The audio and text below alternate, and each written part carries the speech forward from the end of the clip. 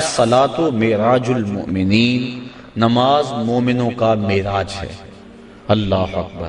اور یہ بھی ارشاد فرمایا جس نے نماز قائم کی اس نے دین کو قائم کیا، جس نے نماز گرا دی اس نے دین گرا دیا۔ اور صحابہ فرماتے ہیں ہم مومن اور کافر کے درمیان فرق نماز سے کرتے تھے۔ جو نماز پڑھتا ہم سمجھتے مومن ہے تبھی تو پڑھتا، اور جو نماز نہ پڑھتا ہم سمجھتے کافر ہے تبھی نہیں پڑھتا۔ اور کل قیامت کے دن اللہ تعالیٰ سب کو ارشاد فرمائے گا کہ مجھے سجدہ کرو۔ آج کوئی کرتا ہے یا نہیں کرتا، کل تو چاہے گا، لیکن جو نماز نہیں پڑھتا ہوگا باوجود آرزو رکھنے کے اس کی کمر اکڑ جائے گی اور وہ اللہ کو سجدہ نہیں کر سکے گا۔ اور پھر جس صف میں دشمنان خدا کھڑے ہوں گے، فرعون، حامان، ابی بن خلف، بے نمازی کو صف میں کھڑا کر دیا جائے گا۔ ہم میں سے کیا کوئی گوارا کرتا ہے کہ فرعون کے کندھے سے کندھا جوڑ کے کھڑا ہو جائے اور اس صف پر لعنتیں برس رہی ہوں گی جس صف میں یہ لوگ کھڑے ہوں گے؟ تو اگر ہم اس کو گوارا نہیں کرتے، اور کبھی بھی ایک مومن گوارا نہیں کرتا کہ دشمنان خدا کے ساتھ کھڑا ہو، تو پھر اگر ہم نماز نہیں پڑھتے تو ہمیں توبہ کر کے پچھلی بھی نمازیں پڑھنی چاہیے، قضا کرنی چاہیے، اور آئندہ ہمیں قصد کر لینا چاہیے کہ آج کے بعد نماز نہیں چھوڑیں گے۔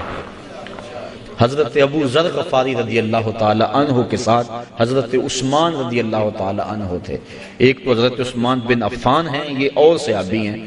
کہتے ہیں کہ ہم اکٹھے جا رہے تھے، راستے کے اندر ایک درخت آیا جس کی ایک شاخ لٹک رہی تھی جس کے اوپر زرد پتے تھے۔ حضرت ابو ذر نے ان کو پکڑ کے شاخ کو زور سے جنبش دی، جتنے بھی پتے تھے زرد وہ گر گئے اور شاخ اریاں ہو گئی۔ میں اس منظر کو دیکھ کے محظوظ ہوتا رہا۔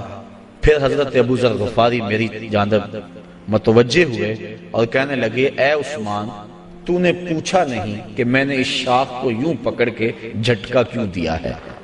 تو کہتے ہیں میں نے کہا اچھا پھر آپ بتا دیں کہ آپ نے شاخ کو جھٹکا کیوں دیا ہے؟ کہا ایک دن میں حضور کے ساتھ جا رہا تھا، راستے میں ایسا ہی ایک درخت آیا اور اس کی شاخ تھی جس پہ زرد پتے تھے، آقا کریم نے اس کو پکڑ کے جنبش دی، پتے یوں ہی جھڑ گئے۔ میں اس منظر کو دیکھ رہا تھا، آقا کریم نے میری طرف دیکھ کر کہا ابو ذر تو نے پوچھا نہیں میں نے شاخ کو جنبش کیوں دی ہے؟ تو میں نے یوں عرض کی حضور آپ بتا دیں کہ آپ نے کیوں جنبش دی؟ تو کہا اے ابو ذر جس طرح میں نے شاخ کو جنبش دی اور سارے پتے جھڑ گئے، اس طرح جب کوئی بندہ نماز کے لیے کھڑا ہو جاتا ہے سارے گناہ جھڑ جاتے ہیں۔ آقا کریم علیہ السلام نے معراج کی رات جو خاص چیزیں دیکھیں اور امت کو بیان فرمائیں، لِنُرِيَهُ مِنْ آیاتنا، اور معراج کا مقصد تھا محبوب کو بہت کچھ دکھلانا، سب سے بڑی دولت اپنا دیدار اور بہت کچھ۔ جنت دوزخ کا جو ہے حضور نے مشاہدہ کیا تو حضور نے کچھ لوگوں کو دیکھا کہ ان کے سر پتھر کے ساتھ کچلے جا رہے تھے، اور پھر اس کے بعد پھر وہ ٹھیک ہو جاتے، پھر دوبارہ ان کو کچلا جاتا۔ تو جبریل امین سے حضور علیہ السلام نے پوچھا کہ یہ کون لوگ ہیں اور ان کے سر کیوں کچلے جا رہے ہیں؟ تو جناب جبریل امین نے عرض کی کہ حضور یہ وہ لوگ ہیں کہ جن کے سر نماز کی وجہ سے بوجھل رہا کرتے تھے اور آج ان کو یہ سزا دی جا رہی ہے۔ تو نماز سے سروں کا بوجھل رہنا یہ اس قدر کبھی امر ہے کہ قیامت کے دن اس کی سخت سزا ہوگی۔ آپ نے علماء سے سینکڑوں بار یہ سنا اول ما یحاسب بہ العبد یوم القیامہ الصلاۃ، قیامت کے دن بندے سے سب سے پہلا سوال نماز کا کیا جائے گا، اور اگر پہلا سوال کا جواب ہی نہ آیا اگلی باتیں تو بعد میں ہیں، اس لیے ہمیں قصد کرنا چاہیے کہ آج کے بعد نماز نہیں چھوڑیں گے۔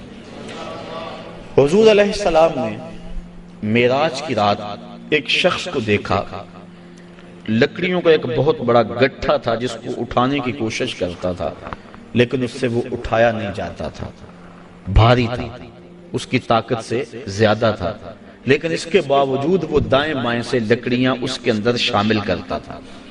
پوچھا کہ یہ کون شخص ہے؟ اس کا جو گٹھا ہے لکڑیوں کا وہ پہلے بڑا بھاری ہے اور مزید وہ لکڑیاں دائیں بائیں سے لے کر اس کے اندر شامل کر کے اس کو مزید وزنی کرتا چلا جا رہا ہے۔ تو عرض کی کہ حضور یہ آپ کی امت کا وہ شخص ہے کہ جس کے پاس لوگوں کی کثرت کے ساتھ امانتیں موجود ہیں، اور وہ ان کو ادا کرنے کی پوزیشن میں نہیں، لیکن اس کے باوجود اور امانتیں پکڑتا چلا جا رہا ہے۔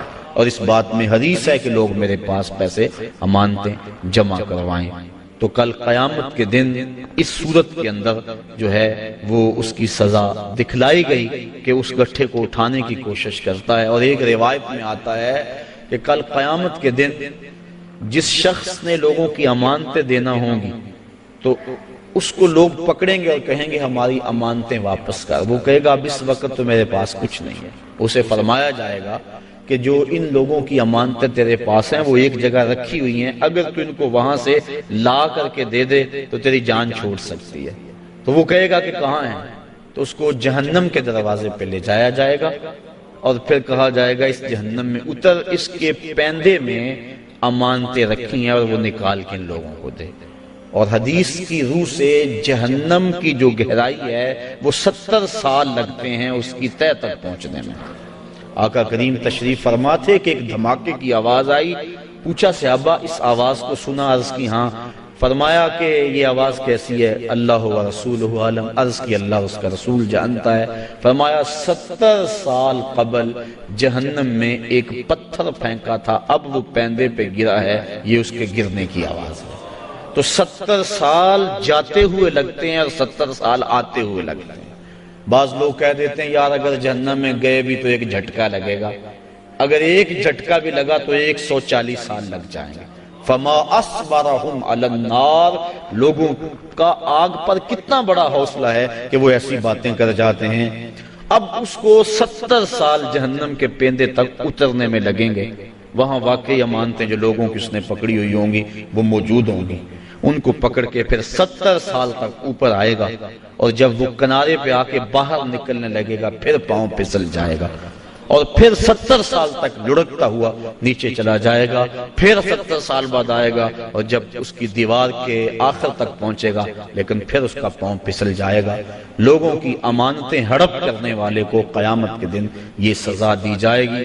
میں اور آپ اتنا بوجھ اٹھائیں جتنا ہم اٹھا سکتے ہیں، اور ہمیں دیکھیں کہ ہم ہمارے ذمے جو ہے وہ کسی کا غصب کیا ہوا، کسی سے رشوت میں لیا ہوا، اور کسی کی مجبوری سے فائدہ حاصل کر کے اس سے مال لیا ہوا، اور دیوار رکھتے ہوئے ہم سائے کے 2 انچ دبائے ہوئے ہم سب کچھ دیکھ سکتے ہیں اور اپنے مستقبل کی منصوبہ بندی کر سکتے ہیں۔ حضور علیہ السلام آگے گئے تو آقا کریم نے دیکھا کہ کچھ عورتیں ہیں کہ جو چھاتیوں کے بل لٹکائی گئی۔ فرمایا کہ یہ کون سی خواتین ہیں؟ تو عرض کی کہ حضور آپ کی امت کی یہ وہ عورتیں ہیں جو زنا کیا کرتی تھیں، اور آج ان کو یہ سزا دی جا رہی